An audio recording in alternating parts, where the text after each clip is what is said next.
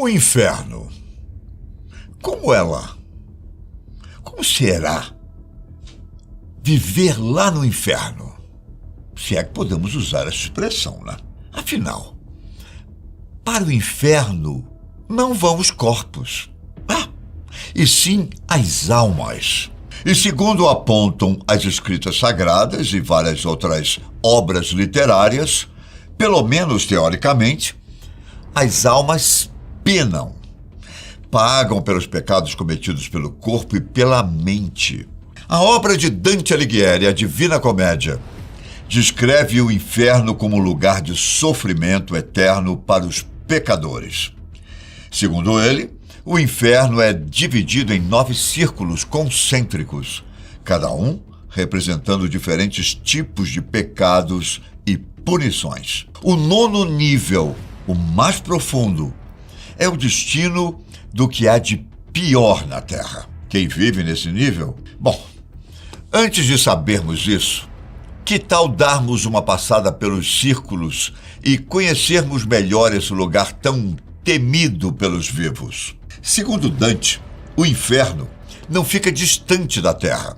Seu ponto central superior fica na superfície do planeta e está localizado abaixo da cidade mais sagrada para os judeus, muçulmanos e cristãos, Jerusalém.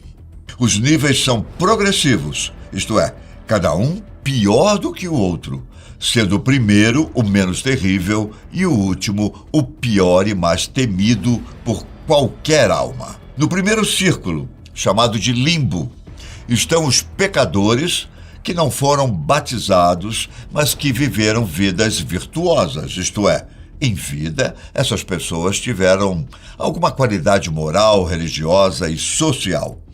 Esta é a camada mais superficial e a maior delas. Nela, as almas são punidas com a impossibilidade de ver Deus, até que seus pecados estejam limpos. Neste nível, Dante viu Homero, Horácio e outros. No segundo círculo, o Vale dos Ventos, estão os luxuriosos, aqueles que se entregaram aos prazeres carnais. Eles são punidos sendo levados por um vento forte, sem descanso, para simbolizar a falta de controle e a instabilidade de seus desejos. Só que antes, passam pelo julgamento de Minos, o juiz do inferno. Ele ouve as confissões das almas, que não possuem mais a capacidade de mentir, tal como tinham em vida, e os condena a um círculo no inferno dessa maneira. Se enrola em sua cauda o mesmo número de círculos que ele deseja que o pecador desça. Sendo assim, se ele achar que o pecador deve ir diretamente para o 5º círculo, ele enrola sua cauda 5 vezes. Cleópatra, Helena e Aquiles são algumas das almas encontradas neste círculo. No 3º círculo, Lago da Lama, estão os glutões ou gulosos. Eles são presos em uma lama viscosa e suja, simbolizando sua obsessão pelo alimento e atormentados por uma tempestade fortíssima de granizo, gelo, neve e torrões de água suja que caem sem parar.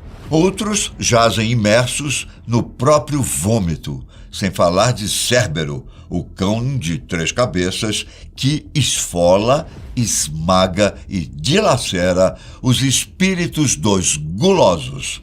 Uma dessas pobres almas seria de Siaco, um político florentino, confessadamente guloso e esquecido pelos livros de história. No 4º círculo, nas colinas de rocha, estão os avarentos e os pródigos que se entregaram à ganância. Eles são punidos carregando grandes pedras em suas costas, simbolizando o peso de sua ganância. É um lugar onde as riquezas materiais se transformam em um tipo de rocha, formada por barras e moedas de ouro, que acabam sufocando aquele que, ao invés de ter usado sua riqueza para o bem, fez justamente o inverso. Aqui habitam Plutão, o deus dos mortos e das riquezas romanas, e Fortuna, a deusa da sorte, do acaso, do destino e da esperança, segundo as crenças gregas.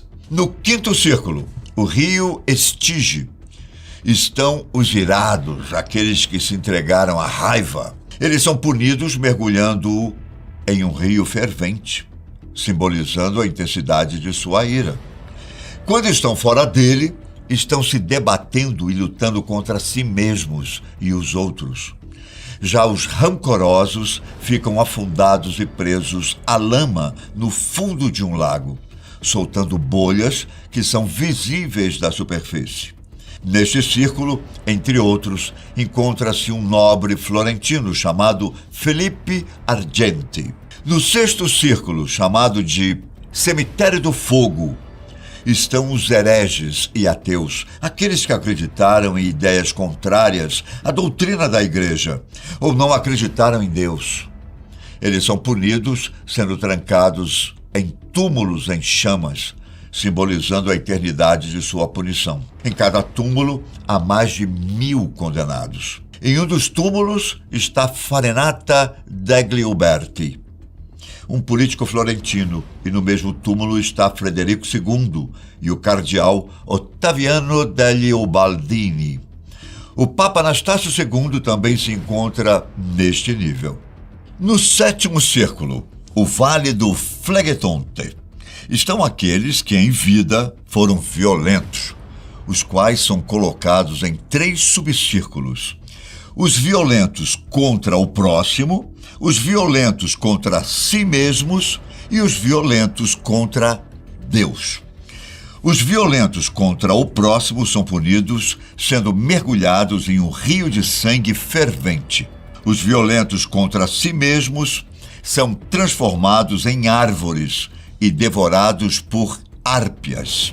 Os violentos contra Deus são punidos em uma planície desolada, sendo perseguidos por cachorros. Aqui encontram-se as almas de Alexandre o Grande e também Dionísio, Átila e Guido Cavalcanti, um proeminente poeta italiano do século XII d.C. No oitavo círculo, conhecido por Melebolge, estão os fraudulentos. O lugar é todo em pedra da cor de ferro e é dividido em 10 fossos, ou bolgias. Tais fossos são semelhantes aos encontrados nos antigos castelos e eles são conectados por pontes. Em cada bolgia há um grupo de almas que em vida fizeram da fraude, da sedução e da adulação seu método de sobrevivência. Por fim, o pior de todos os níveis, o nono círculo, que é chamado por Dante de Lago Cotite.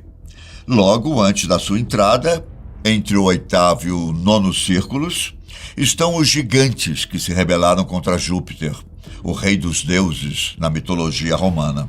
Os gigantes são Nemrod, Efialtes, Briarel, Encélado, Egeon e Anteu. Ao passar por eles, que estão acorrentados em poços congelados, a alma encontra-se, enfim, no Lago Cotite.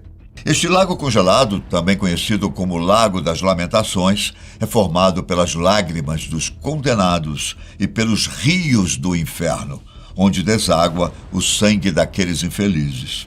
O gelo do lago representa a frieza dos corações de quem lá se encontra, que são os traidores e enganadores, e é com isso que eles devem conviver por séculos a fio ou pela eternidade.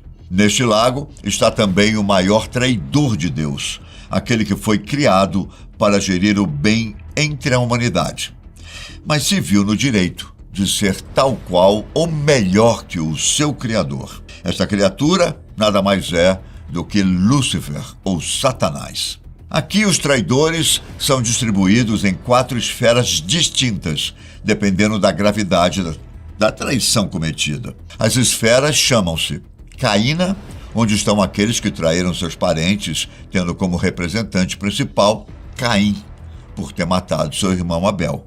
Em Caína, as almas permanecem submersas com apenas o tórax e a cabeça fora do gelo.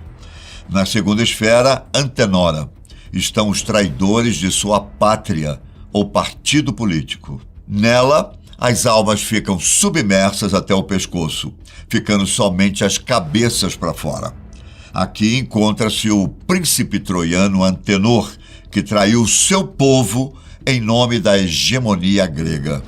Já na esfera de Ptolomeia estão aqueles que traíram seus próprios hóspedes, como Ptolomeu, que convidou Simão e seus 2 filhos, Matatias e Judas, a Jericó e, de forma traiçoeira, os mata a sangue frio. Por fim, a esfera de Judeca, onde estão aqueles que, em vida, traíram seus mestres e seus reis.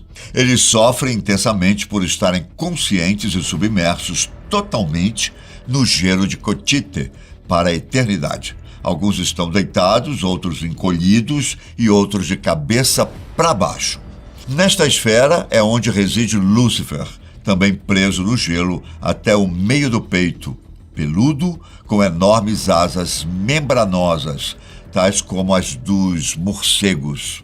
Ao bater fortemente essas asas, Lúcifer provoca um vento que é sentido por toda a esfera, ao mesmo tempo que, com 3 cabeças, morde 3 dos maiores traidores da história: Judas Iscariotes, Brutus e Caio Cassius. O nome da esfera vem de Judas, o traidor número 1 de Jesus Cristo.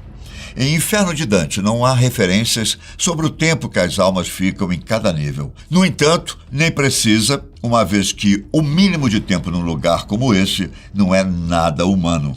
É isso. Obrigado por assistir.